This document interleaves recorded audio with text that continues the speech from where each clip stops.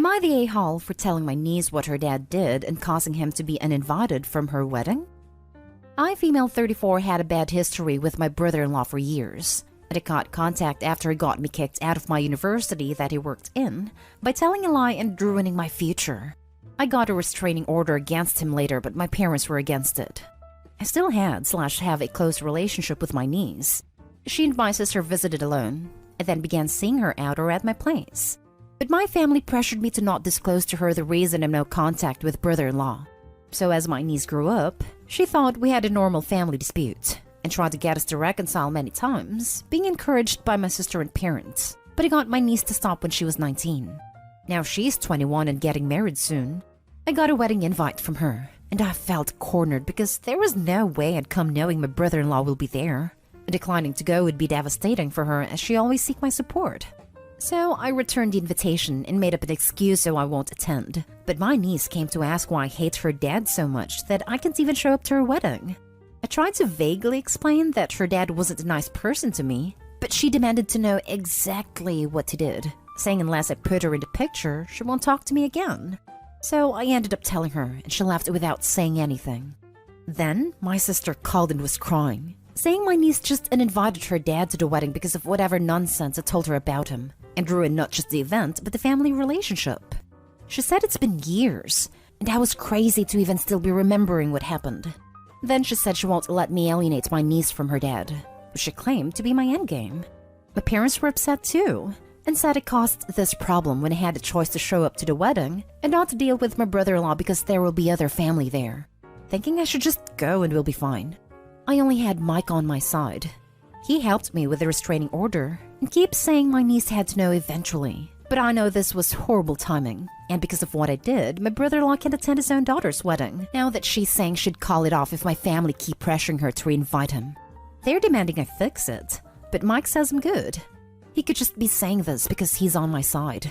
Backstory: my brother-in-law wanted the money my grandmother left to go to my niece, but my parents used it for my college education. I went to the college my brother-in-law works in. He's a professor, and he falsely accused me of cheating and advocating/encouraging groups to cheat and had me kicked out. Now for the top comments. Not today, Hall. Your brother-in-law sounds like a real piece of work. Who thinks it's okay to lie and get someone kicked out of the university? Crazy how a university would expel a person for cheating with absolutely zero evidence whatsoever. You'd be shocked about the crap people get kicked out for with no evidence besides a flimsy excuse. Not today, Hull. Welcome to my favorite letter on a family bingo card. E for enabling abusers. Shut up, you. Having a problem with your tormentor is shattering our family illusion. And, well, golly, it's downright inconvenient. Creating drama, I say. What? You didn't actually expect us to back you up against a guy so bad you were granted a restraining order, did you? Your sister is married to him, and it would take backbone to figure that out. Staying quiet until your niece was 21 was already swallowing enough for the children or for the family. She cornered you and made you choose between giving her the truth or suffering yet another injustice at the hands of your tormentor by losing her too. You didn't create crap. He was an awful person, and your sucky family is reaping what they sowed when they decided to sweep his actions under the rug and value the life normalcy over the life and future of their daughter. Screw them. Not today, Hull. The backstory blows my mind. It sounds like he punished you for what your parents did. How the hell does he even get a say in what the family does with their inheritance? Oh, he specifically doesn't. It does sound like the money was earmarked for his child, though. And Opie, please correct me if I misunderstood. By virtue of being related to Grandma. And I could understand a parent being angry if that money meant for their child being taken by other family. It doesn't excuse his behavior. What he did was reprehensible. Next story. Am I the a-hole for making my son deal with rotting meat? I go hunting every year. I'm not a trophy hunter by any means. I do it for meat and almost purely for economic reasons at this point. Taking a few of deer off my property once a year keeps my freezer stocked, and the grocery bill way down, which is important because finances can be tight sometimes. As a little relevant background, the bulk of the meat is kept in a large freezer in the garage, and about once a week we pull out what we will need for the next week or so, which means the freezer is normally only opened about once a week. My son, 15, has decided that he is vegetarian about 6 months ago, which my wife and I have no problems with.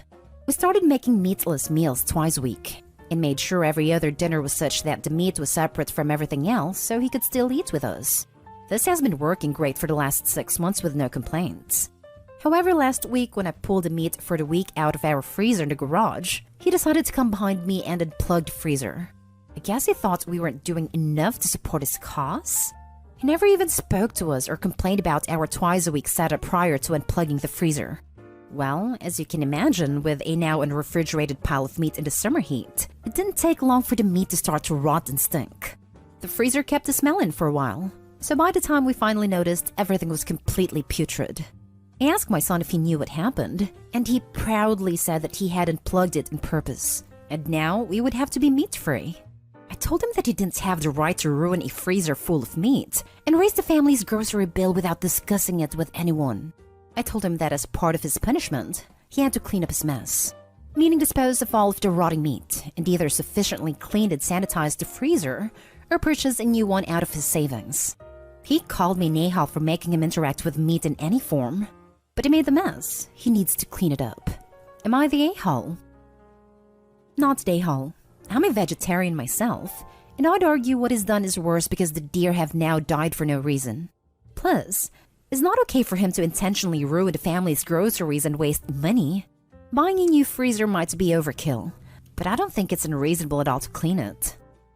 I'm wondering if the smell of the rot can ever truly be removed, and if it can't, if it'll contaminate the new meat. Not the a-hole. Can confirm. A tube of rotten turkey meat somehow ended up in my washing machine and ruined a load of laundry. It took filling the entire thing up with bleach or vinegar several times over the course of a week to tame the smell, and another 2 weeks of daily cleaning with several packages of the machine cleaner tabs to completely eradicate the smell. Chances are, the smell in Opie's freezer saturated the internal insulation. The entire unit would be ruined if that's the case. 1000% not the a-hole. I'm fully vegan, have been for 4 years. I wouldn't even unplug someone's meat supply because it is against the whole point of being vegetarian or vegan. It forces additional deaths of animals completely unnecessarily. By the way, you hunting a couple deer a year that are on your property, and presumably of decent size and age, is actually quite vegan of you. Best of luck dealing with him. He needs education in not eating meat. This. If someone wants to get his head out of his behind and take stock of what his actions have cost, he will be in for a shock. This should be part of the punishment in my opinion. Get him to work through the implications of what is done. His parents are likely to end up buying at least some meat during the year, and they wouldn't have done if he had to destroy their store. Next story is titled, Am I the a-hole for threatening to sue my brother and forcing my parents to pay me to drop the lawsuit? My brother is a mechanic and started his own business, so our family decided to switch. My wife's car's brakes are at 20%, so she got them replaced there. But then she got into an accident the next day. She told me she slammed on the brakes, but it took so long for the car to stop and ended up rear-ending the next car.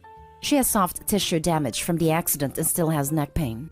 My wife is a very safe driver, doesn't even speed and has never gotten a ticket. So I was suspicious and brought the car back to our original mechanic. He showed us that the new brakes were actually completely worn down, even worse than our original. I brought it up with my brother, and he admitted in person, he refused to give me a confession in writing, that he or his employee screwed up and put in worn-out brakes. I'm furious that he might have killed my wife, and I demanded he at least pay for the increase in my insurance premiums, increase of $67.50 per month. Over 5 years, so about $4,050, and $30 per day over 3 months, $2,700, for Uber rides for my wife, so she gets a break from driving after her accident. My brother refused, as he said he doesn't have the money and refuses to talk to us again. My wife told me to drop the matter so we could keep the peace, but I told her my brother can't get away with this. We start filing the paperwork for a lawsuit with a lawyer, and my parents get told about the lawsuit and rush over to tell me they'll write me out of their will if I sue my brother. I feel like an idiot for trusting him. He's always been a spoiled kid who thought he could get away with anything. So my parents rushing to defend him shouldn't be a surprise. So I told them I would only drop it if they took the amount out of his half of the inheritance. They paid what I asked, but told me I should be ashamed for betraying my own blood. I told them he should be ashamed for nearly getting my wife killed, though I'm not sure if threatening to sue my sibling was overboard. Now for the top comments. Not today, Hull. Tell them, fine, you'll drop the civil lawsuits and go to the police to file a criminal complaint. What you did is highly illegal. Yep. Even putting the actual fraud aside, sketchy mechanics like him almost always use hot parts. Wouldn't be shocked in the least if the brother already has criminal ties. His wife could have died. He needs to report him to the police. The brother is a ticking bomb and will get someone truly hurt, or worse, if he keeps practicing as a mechanic. Not today, Hull. In fact, if your wife is experiencing neck pain, I would go ahead and sue. Here's why. I'm an attorney working in motor vehicle accident defense claims. I am not your attorney, and this is not legal advice, just my personal opinion. Car accidents, even minor ones, can seriously mess up your spine for life. If your wife still has neck pain, she may have damaged her cervical spine. It will show up on an MRI.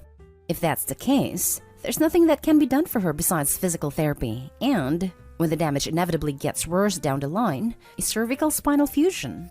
That thing costs money, and your wife is entitled to that money. She's also entitled to money for the emotional distress she has inevitably suffered after experiencing an accident caused by failing brakes. And the fact she's uncomfortable driving now. All of that money is going to come to far more than $8,000. Think quadruple that amount, minimum. Plus, if your wife ever injures her neck/back again in an accident that she's not at fault for, whatever compensation she's entitled to is going to be hella reduced on the basis of pre-existing injuries for her prior accident. Best to get the money she's entitled to now, in case God forbid she needs it further down the line. And your brother won't be paying for it. His insurance company will. Make his premiums go up instead of your own, and let your wife receive the money she's entitled to. And if your parents would rather protect your brother, who could have been responsible for killing your wife, it may well be responsible for killing someone in the future if he doesn't learn his lesson, probably best to seriously reconsider your relationship with them. Wishing you both the best of luck. Not today, Hull. Look, I've worked in an auto shops and have thousands of brake jobs under my belt. And I'll tell you this was no accident. Your brother, or the technician who installed the brake pads, knew they were more worn than the original and did it anyway. There is absolutely no way that he could not, unless he employs someone else as a mechanic. It's possible that the wrong parts box was pulled by mistake, and instead of having a new set, whoever pulled apart pulled one of the core returns instead. This is really the only way I can figure that brake pads even more worn than the ones you came in with even got involved. But this would have been obvious to your brother, and should never have been put onto your vehicle. Somewhere along the way, he said screw it, possibly due to some time deadline or inability to find the right parts, and put them on anyway. And then he lied to you saying the job was completed. This is seriously messed up. This is negligence and fraud. If your wife had been killed, he could have been charged with negligent manslaughter. If this was deliberate sabotage, then you're possibly looking at attempted homicide. Like I said, this is seriously messed up. Now for the last story. Am I the a-hole for refusing to punish my daughter for not sharing her makeup with her younger sister? I'm a mother of two, Maya 17 and Roxanne 14. Both my daughters love makeup and beauty. When they were younger, I used to get them equal makeup tools. But now Maya has a job and buys her own makeup with different, more expensive, brands. And like Roxanne, Maya is responsible with her makeup and beauty products. She keeps them organized and doesn't lose them easily like Roxanne often does. As a result, Roxanne doesn't have much makeup stuff, and recently this issue occurred. Maya got paid last week and went shopping with her friends and bought makeup products. Roxanne saw the stuff Maya bought since they share a room, and then came to me and her dad complaining that Maya refuses to let her share/use the makeup products she bought. My husband asked Maya if it was true, and Maya said the makeup she bought cost her money and effort at the job, and didn't think it was fair to share with her sisters, and she keeps losing/ruining it all the time, forcing Maya to buy more and cost her more money and work. My husband told her that this wasn't right, and she should share the stuff she buys with her younger sister. Maya still said no, which caused my husband to say he'd punish her for how mean she was being towards her sister Roxanne.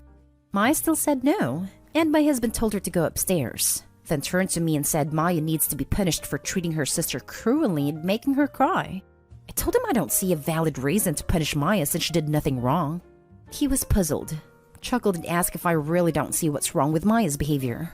I responded that Maya worked hard to earn money and buy her makeup, which she rightfully deserves to keep for herself.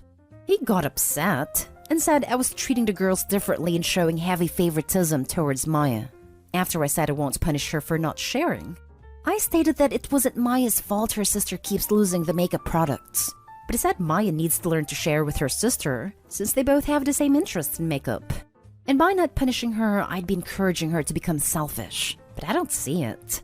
He called me negative and short-sighted for not understanding what he was talking about, and accused me of being more friend to Maya than a mom, which what I should be. The argument got worse, and my husband says it's my fault if Roxanne starts resenting her sister. Not today, Hole. Good for you. Let your husband start paying for the same makeup for the younger kiddo, and see how quickly he changes his mind that they should be equal. Perfect response. Not today, Hole. Seriously this. Tell your husband to share his money to your youngest so she can buy her own makeup. Not today, Hole at all. If you force Maya, she will end up resenting you and her sister. Maya's not the problem. She is responsible, works, saves up. By all accounts, she is doing everything right. Forcing her to share spoiling the younger sister.